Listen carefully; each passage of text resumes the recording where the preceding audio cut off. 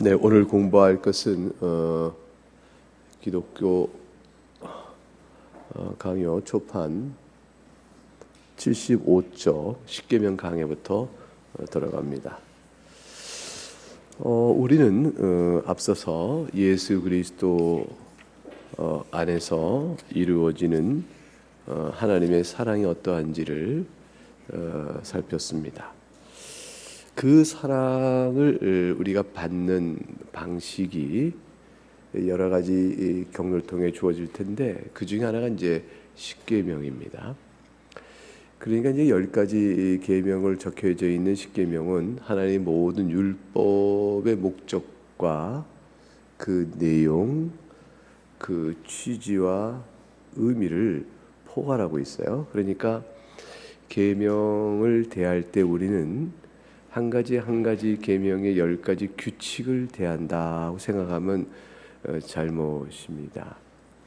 규칙으로 주어지는 계명이 10개를 꼽을 수 있지만 그거 하나하나는 우리가 학교 생활할 때 생활 규칙들 정한 것처럼 행동해야 할 것과 하지 말 것을 정하는 것 이상의 의미를 갖고 있어요.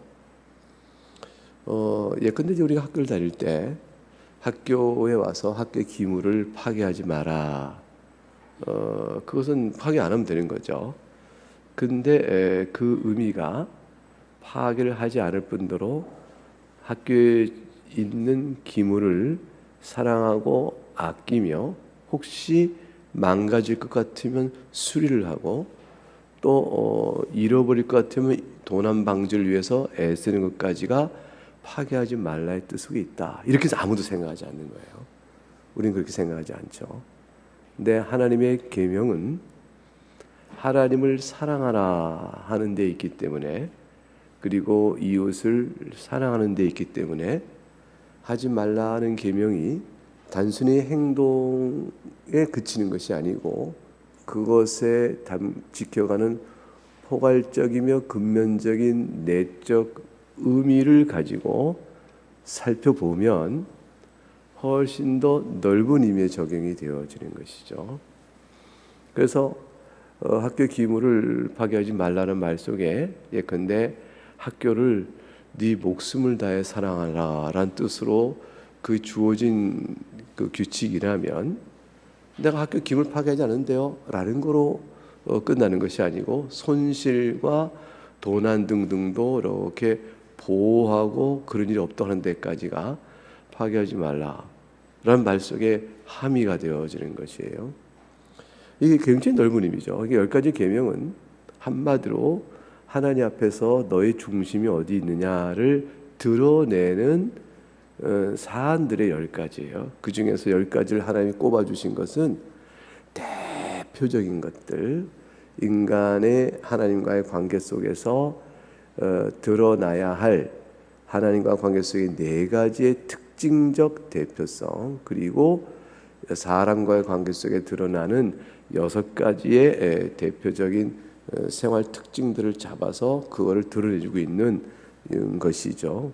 그러니까 10가지 계명 자체가 사람이 인생을 살아감에 있어서의 가장 핵심적인 것들이에요. 그걸 토대로 이제 나머지 확장을 해 나가시는 거죠. 그리고 전체적인 질적 측면에서 하나님을 사랑하는가를 이제 하나님 보시는 거예요. 이웃 사랑은 종속적인 것이죠. 하나님의 사랑에 종속되어 따라오는 거예요. 그러니까 하나님을 사랑하면 이웃 사랑이 뒤따라 오게끔 되어져 있는 종속적이며 필연적인 것이에요. 그런데 하나님의 사랑 없이 이웃을 사랑하니 하나님을 사랑한다 이렇게는 안 되는 거예요. 우선순위의 개념이 중요하죠. 그런 의미에서 10가지 계명은 하나님 사랑과 이웃 사랑, 그러나 그 모든 것들은 하나님 사랑이 먼저다. 그리고 이웃 사랑은 종속적이다. 이렇게 볼 수가 있습니다. 이와 같이 이제 하나님께서 이런 율법의 취지와 목적을 뚜렷이 하고 주신 것은 결국 이제 타락 후의 인간에게는 어떻게 드러나냐면 우리가 얼마나 하나님을 사랑하지 않는지, 우리가 얼마나 이웃 사랑이 아니라 철저히 이기적인지 이런 것들이 반면적으로 드러나게 돼서 그러한 모습이 드러나니까 마치 율법은 우리의 죄의 모습을 그대로 비춰주는 거울과 같다. 이렇게 얘기가 되는 거죠. 그래서 율법을 들여다보고 자신의 흉함, 자신의 죄성 이런 것들을 거울을 보듯 들여다보지 못한다면 이게 죽은 자예요. 영적으로 살아있는 중생자는 거울을 보면 그거를 봐요. 그래서 율법은 우리로 하여금 자기의 죄상, 죄악상을 이렇게 잘 드러내주고 있고, 그러므로 율법 앞에서 스스로 나는 구원받을 자가 못되며 하나님의 자비로움만이 나의 구원의 길이 되겠습니다를 고백하게 하시는 거죠. 그 넓은 힘의 율법은 이 모든 사실 앞에 구약의 경륜 안에서 율법이라 통괄적으로 말해주는 것 가운데 이제 예수 그리스도의 구원의 은총을 그림자 혹은 예표적 관계로 보여주는 것들이 상당히 많죠. 다시 말하면 구약의 경륜 속에 드리워진 구원의 은혜의 여러 표지들, 그런 것들을 통하여 우리가 구약 안에서도 넓은 힘의 율법 안에서 그리스도를 바라보게 되어집니다.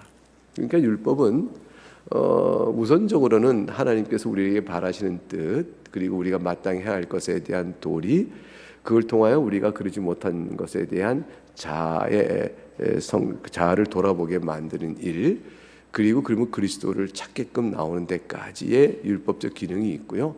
넓은 힘에서 율법은 그 구약의 경륜 안에서 하나님의 은혜의 구원의 표지들이 있으므로 그걸 통해서 또 바라보니, 넓은 힘에서의 율법은 복음적 사실을 담고 있는 것이고, 좁게 보게 되면 율법은 우리의 죄를 정죄하는 역할로 먼저 앞서 드러나게 되어집니다.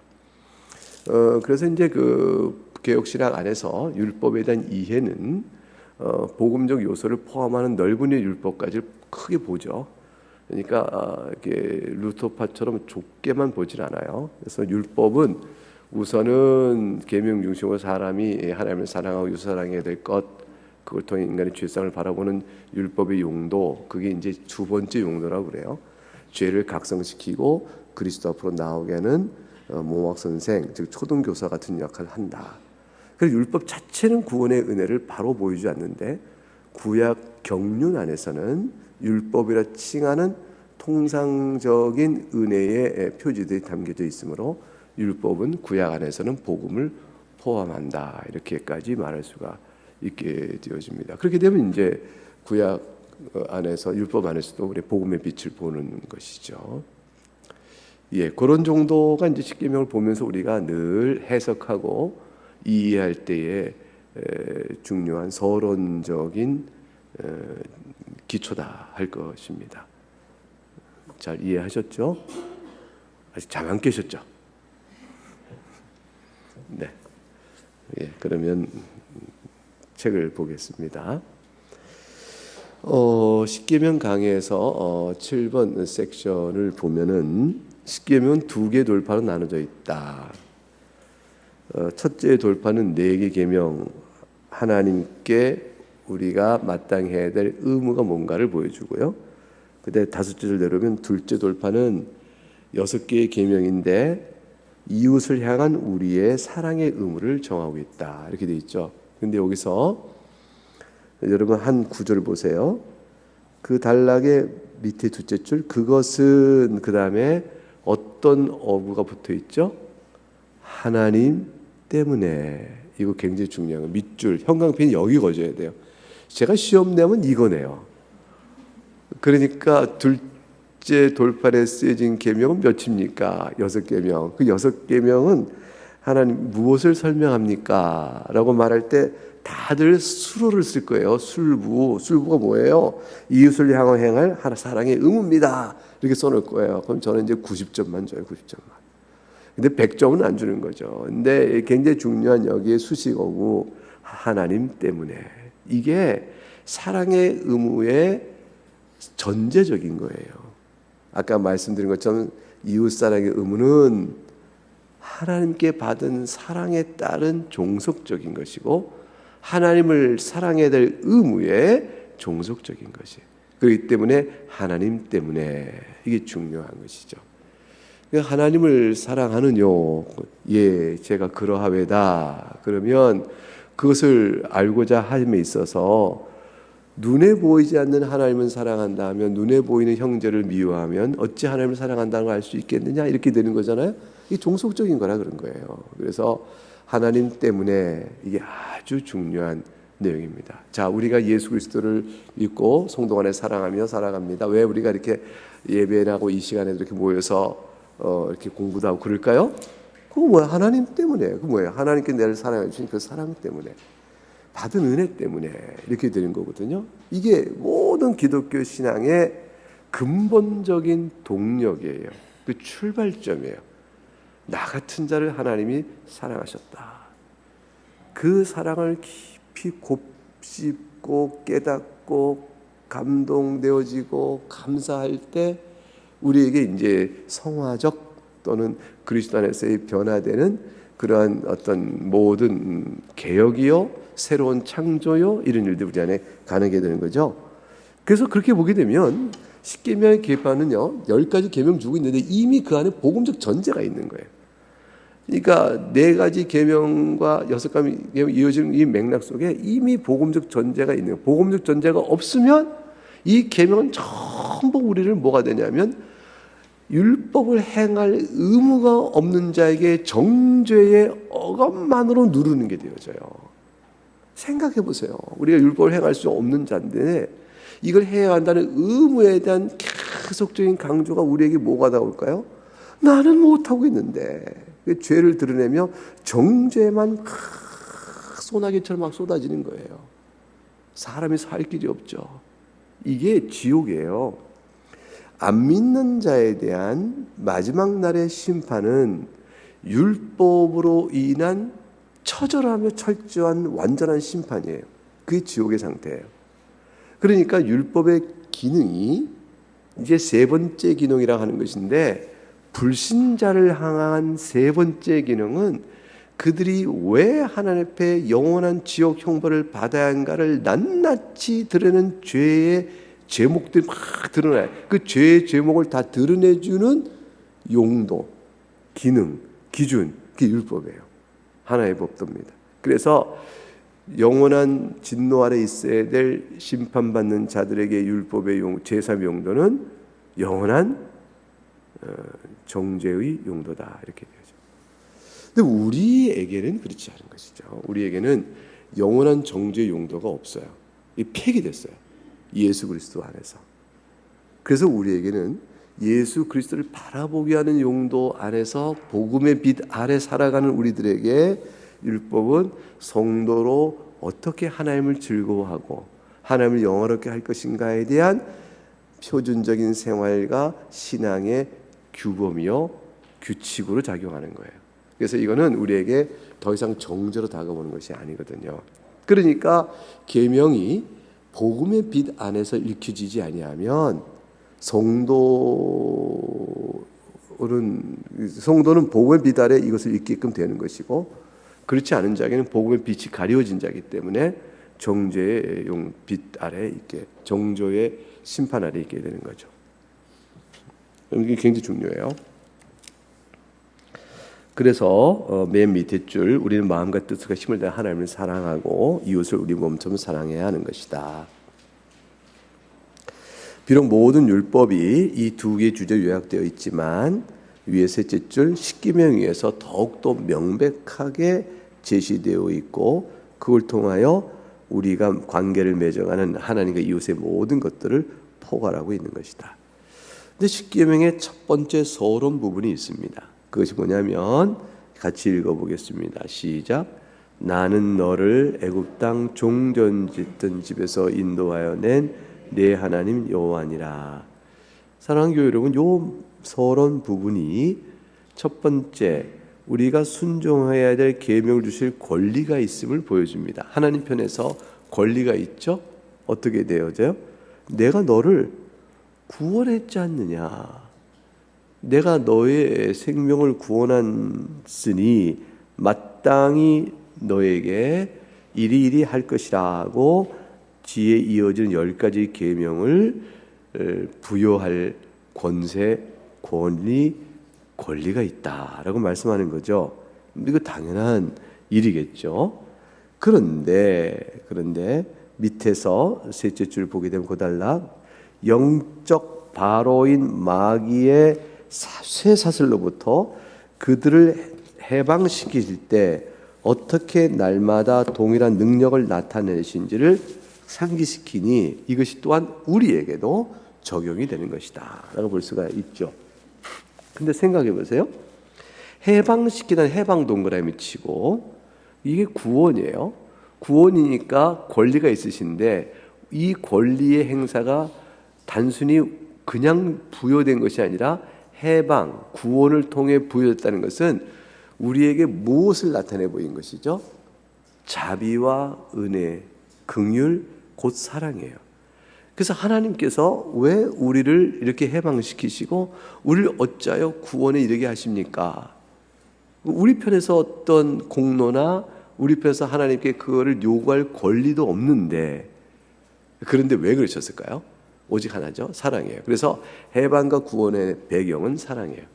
그 사랑에 기초하여 우리에게 행하시고 마땅히 우리가 해야 할 의무를 말씀하시니 그건 하나님 편에서는 권리이기도 하다. 권리다라는 거예요. 따라서 이 권리란 말씀 속에는 이의를 달 수 없다는 거예요.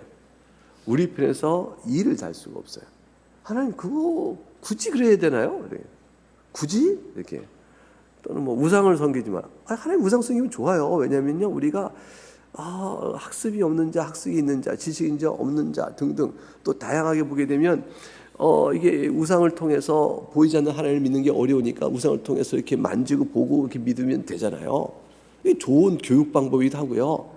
이러니까 이런 식의 설명한 것이 우리 편에서는 유익하고 지혜롭다 아무리 생각하며 그거를 되돌리거나 뒤엎거나 하려고 이런 생각을 하지 말라는 거예요.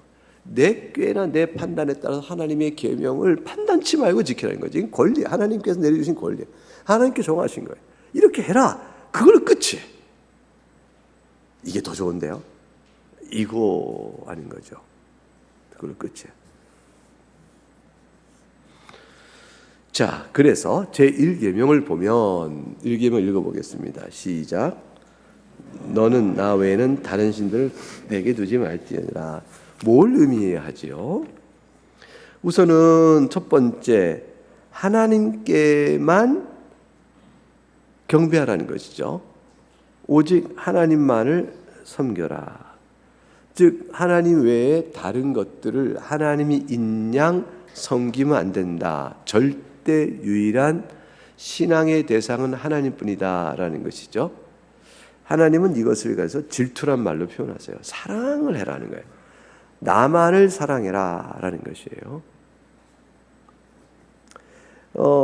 우리가 어떤 좋은 것이든 덕이든 오직 이 모든 것들은 하나님께 돌리고 하나님께 또 말씀을 고백해 나가야 돼요. 다른 신에게 향을 금지하고 있다. 이 다른 신이라는 것은 이들 또한 신인데 여러 신 중에서 당신을 제가 사랑합니다 이렇게 고백하는 선택 대상으로서의 하나님이 아니에요. 이 말은 하나님만이 하나님이시기 때문에 다른 것들을 어리석게도 신을 섬기지 말라는 뜻이 포함되어 있어요.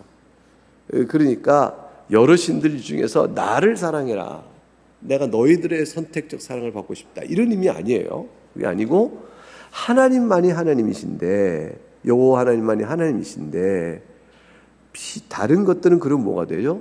피조물인데 피조물들을 하나님인 양 섬기는 어리석은 죄악에 빠지지 마라. 그러니까 이 말씀은 하나님만이 하나님이신데 하나님 아닌 것들을 하나님처럼 섬길 때 나타나는 죄악상과 그로 인한 결과가 얼마나 비참하고 우리를 어렵게 하는가.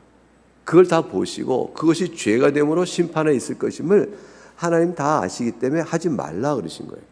그러니까 나만을 섬기라는 것은 하나님의 이기주의가 아니에요. 그러니까 이게 죄인들이 다 하는 생각은 모르시죠. 죄인들은 첫째 하나님은 선택적 사랑을 바라시구나. 다른 것도 신인데 이건 망언이고 그 다음에 하나님은 이기적이다. 하나님만의 사랑을 요구하시네. 이것도 하나님 모르는 인간의 죄에 망령된 생각이죠. 하나님께서는 우리들의 사랑을 인하여 더 기쁘고 더 즐겁고 하나님 존재 자체의 무슨 결핍을 채워주거나 아쉬운 부분을 만족시키거나 또 교만케 될 만한 뭐 이런 것들이 하나도 없어요. 하나님은 그대로 절대로 완전성이에요.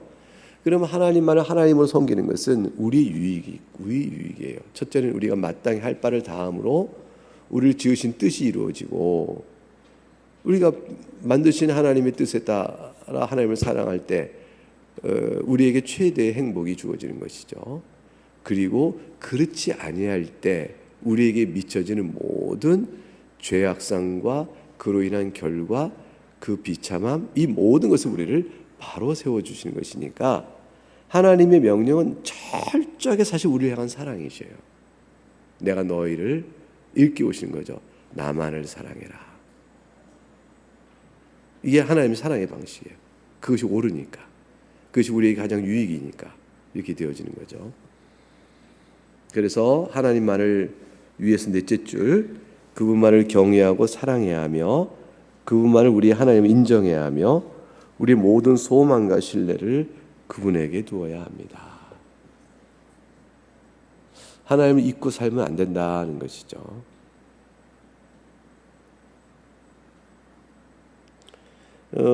하나님의 존재만을 잊지 말라는 뜻이 아니고, 하나님께서 우리를 향하여 행하시는 모든 일에 대한 감사, 그 손길에 대한 신뢰, 그거예요. 그래서 합력하여 선을 이루신다 라는 것을 굳게 믿으라는 거죠.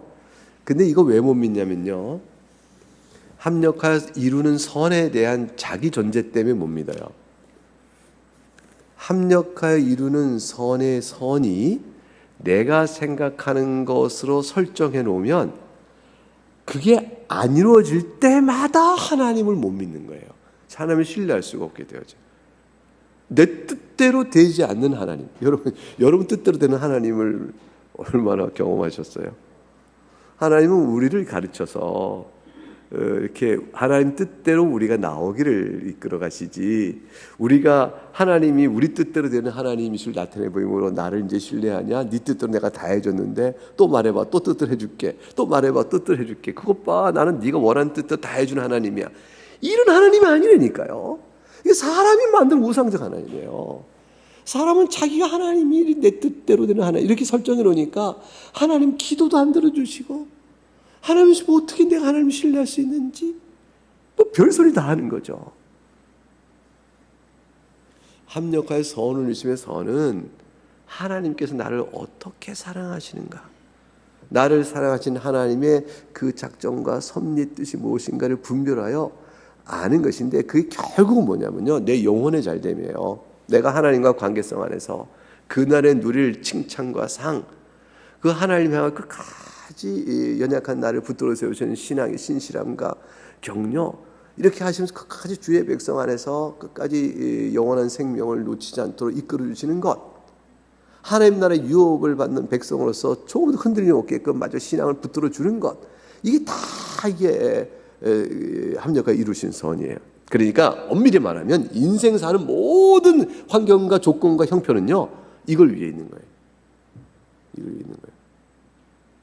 솔로몬의 왕대주의의 그 부유와 번영, 지혜, 그 모든 것들 자체가 목적이 아니고요, 그것들 모여 수단으로 쓰셔서 솔로몬이 크게 각성해야 돼요. 헛되구나. 내가 지식도 알아봤고 돈도 있어봤고 권력도 있었고 또 창조주인 양 가든도 꾸며봤고 다 해봤지만 다 헛되다. 이거를 깨닫는 데까지 솔로몬에게 모든 것 주시고, 그리고 그걸로 끌어가셔요. 욥에게 모든 걸 빼앗는 시험을 통해서 하나님만 알게 하시는 거예요. 가장 가진 자나 가장 빼앗기는 자나 누구라도 마찬가지예요. 살아가는 인생의 모양은 다르지만 하나님 한 가지를 불러 모으셔요. 하나님 앞에 다 엎드리고 하나님 경배 받으실 분이요 영원토 찬양. 그래서 이제 요한계시록에 모든 만백성이 다 모여서 사는 모양이 다 다른데 다 모여서 예수 그리스도 어린 양 찬양하잖아요. 한 가지 찬양의 이유는 딱 한 가지잖아요. 세세토록 영원하신 우리를 구원하신 어린 양. 그 한 가지 주제로 모두가 찬양의 소재가 다 모아져요. 이거 외에 다른 거 없다니까요. 지금 사는 동안은요, 나의 좋으신 하나님 저에게 먹을 걸 이만큼 주시고 돈도 이렇게 많이 주시고 뭐 하시고 이렇게 세상에 살면서 필요한 것들 채워주신 하나님에 대한 감사 조건이 얼마나 많아요? 이걸로 다 찬양하지고. 근데 이것들은 다 수단이라니까요. 종속적인 거예요. 수단이에요. 이것에 눈길이 다 땅에 있으면 안 돼요. 그래서 하나님께서 가나안 땅에 사는 동안도 저희들이 하나님을 잊지 않도록 하시기 위해서, 가나안 땅은 원래 물이 땅에서 땅만 파면 물이 나오는 땅이 아니잖아요. 농사가 거기서 비옥하게 어떻게 돼요? 하늘에 내린 비밖에 없는데, 하늘에 내린 비가 하나님께서 그대로 내려주셔서 저들이 하늘을 보게 한 거란 말이에요. 이게 천수답이에요. 가나안 땅 전체는 이 천수답인데 비옥한 땅이요, 젖과 꿀이 흘러요. 이게 뭐의 조건이 달려요? 하늘의 조건에 달려 있는 거죠. 하늘의 조건 누가 주장하시? 하나님이죠. 하나님 손길만이 가나안 땅을 비옥하고 젖과 꿀이 흐르게 해요. 하나님 안에 있으면 사는 거예요. 근데 그거 알게 하시는 거거든요. 그거. 그래서 하나님 앞에 큰 자와 작은 자, 이것이 이제 그거를 아는 것에 따라 달라져. 그러니까 하나님 말을 신뢰한다, 하나님께만 소망을 둔다는 것은 이거예요. 그러니까 제 1계명을 지키느냐 할 때, 제가 제 1계명을 지켰습니다, 제가 하나님 왜 다른 신 섬기지 않았어요? 라고 말을 해도 지금 설명드린 바에 관한 모든 부분에서 하나님께 신뢰하고 불평하고 원망하고 하나님 믿기 어려, 이러면 정말 하나님 말을 섬긴 자가 아니에요. 1계명이 이미 불순종이에요. 하나님만이 우리의 소망이요, 신뢰의 대상이요, 사랑의 대상임을 부인해온 신앙의 양태니까. 그래서 눈길을 하나님께 둔다 하는 것은, 어려울 때 신뢰하는 하나님께 기도하지 의심하는 하나님께 어떻게 기도하겠어요?